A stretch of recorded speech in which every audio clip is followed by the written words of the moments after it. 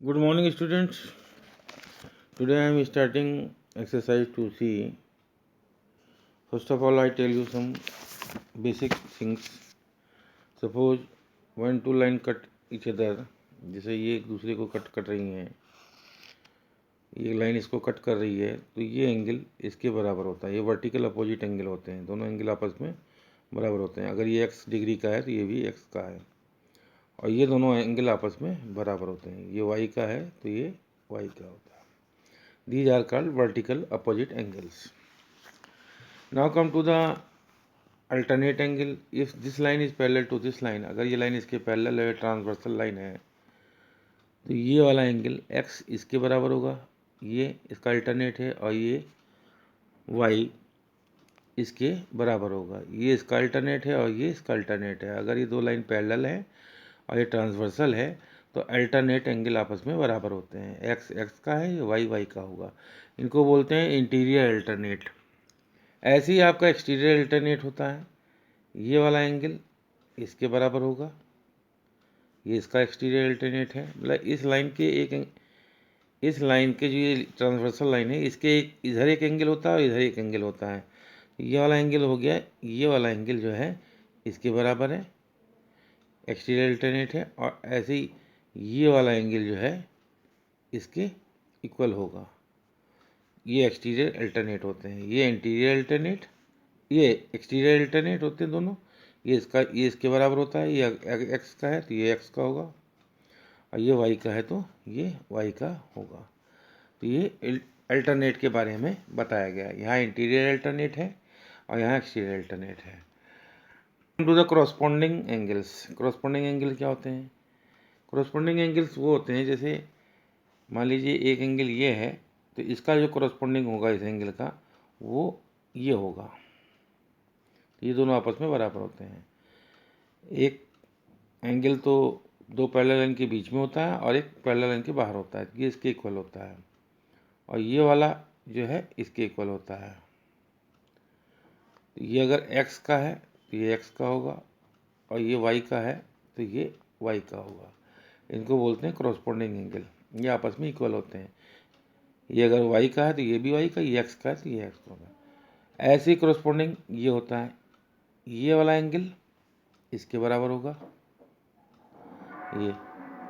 ये वाला एंगल इसके बराबर होगा, और ये वाला एंगल इसके बराबर होगा। तो इनको बोलते हैं कॉरस्पॉन्डिंग एंगल। तो अल्टरनेट बताया, interior alternate, exterior alternate, corresponding, और ये आपका वर्टिकल अपोजिट एंगल। तो इन सब चीज़ों की ज़रूरत इसमें पड़ेगी। इन the figure the line L, जैसे ये बताया कि दो लाइन पैरेलल हैं और ट्रांसवर्सल है, तो एंगल 4 और 7, 4 और 7 ये, तो ये इंटीरियर अल्टरनेट। 4 और 5, 4 और 5, 4 और 5 क्या है? को इंटीरियर एंगल है। 4 और 5 को इंटीरियर एंगल। एंगल 2 और 6 आर, एंगल 2 और 6 क्या से हैं? 2 और 6, 2 ये हैं और 6 कहाँ? ये हैं कॉरस्पॉन्डिंग एंगल। 2 और 6 क्या है? कॉरस्पॉन्डिंग एंगल है। क्वेश्चन नंबर 2 में ये बताना है कि एंगल 3 कहाँ है? एंगल 3 ये है, और इसका अल्टरनेट क्या है? एंगल 5 है। एंगल 3 का अल्टरनेट क्या है? Angle 5। Angle 3 and are corresponding angle. Angle 3 and 7, angle 3 and 7 are corresponding angle. Angle 3 and form a co interior, तो एंगल 3 और angle 6 are co interior. Angle 3 और एंगल 6 क्या है? को इंटीरियर है। तो आपको ऐसे फिल इन द ब्लैंक करना है। अब इसमें आया थर्ड में फाइंड एक्स के नीचे, तो जैसे एक्स की वैल्यू क्या होगी? एक्स और इसमें क्या रिलेशन है? कॉरस्पॉन्डिंग का। तो एक्स इज इक्वल टू 105, तो ये दोनों आपस में इक्वल है। एक्स इज इक्वल टू 105 है। इसमें एक्स इज इक्वल टू 100 होगा, अल्टरनेट है। इसमें एक्स इज इक्वल टू 110 होगा, इंटीरियर अल्टरनेट। क्वेश्चन नंबर 4 में फाइंड एक्स, इसमें बताना है एक्स की वैल्यू क्या होगी। एक्स ये है, ये 70 का है, तो ये एक्स का है तो ये भी एक्स का होगा, ये वाला एंगल एक्स का होगा, अल्टरनेट। और ये एक्स का है और ये 70 का है, तो x plus 70 is equal to 180, क्योंकि स्ट्रेट लाइन 180 का एंगल बनाती है।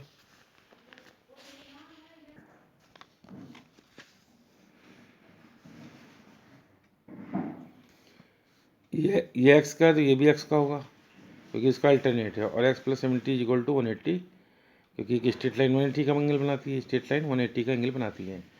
ये एक्स का है तो x plus 70 is equal to 180, X equal to आ जाएगा 110। इसमें ये एक्स का है तो ये एक्स का होगा, वर्टिकल अपोजिट एंगल है, और इसका सम क्या होता है 120। को इंटीरियर एंगल का सम 180 होता है। अगर ये लाइन दोनों लाइन पैरेलल हैं तो इसका सम 180 होगा, ऐसे इसका और इसका सम 180 होगा। तो ऐसे ही इसमें बताना है, ये एक्स का है और ये 120 का, तो इन दोनों का सम क्या होगा 180। तो x plus 120 is equal to 180, तो x is equal to 180 minus 120 is equal to 160 आ गया, एक्स की वैल्यू आ गई 60। इसमें ये एक्स का है 70 का है, तो एक्स और 70 में क्या है एक्सटीरियर अल्टरनेट, तो एक्स इज इक्वल टू 70 होगा। इसमें डायरेक्ट आप कर देंगे x is equal to 70 exterior alternate. अभी आया find x and y in each of the following. अगर एल एम के पैरेलल है और ये ट्रांसफर है, एक्स और वाई की वैल्यू निकालनी। अब देखिए ये स्ट्रेट लाइन है, तो ये पूरा 180 का होगा, यहाँ से यहाँ तक 180 का होता है, तो 80 plus y is equal to 180, तो वाई इज इक्वल टू आ गया 100।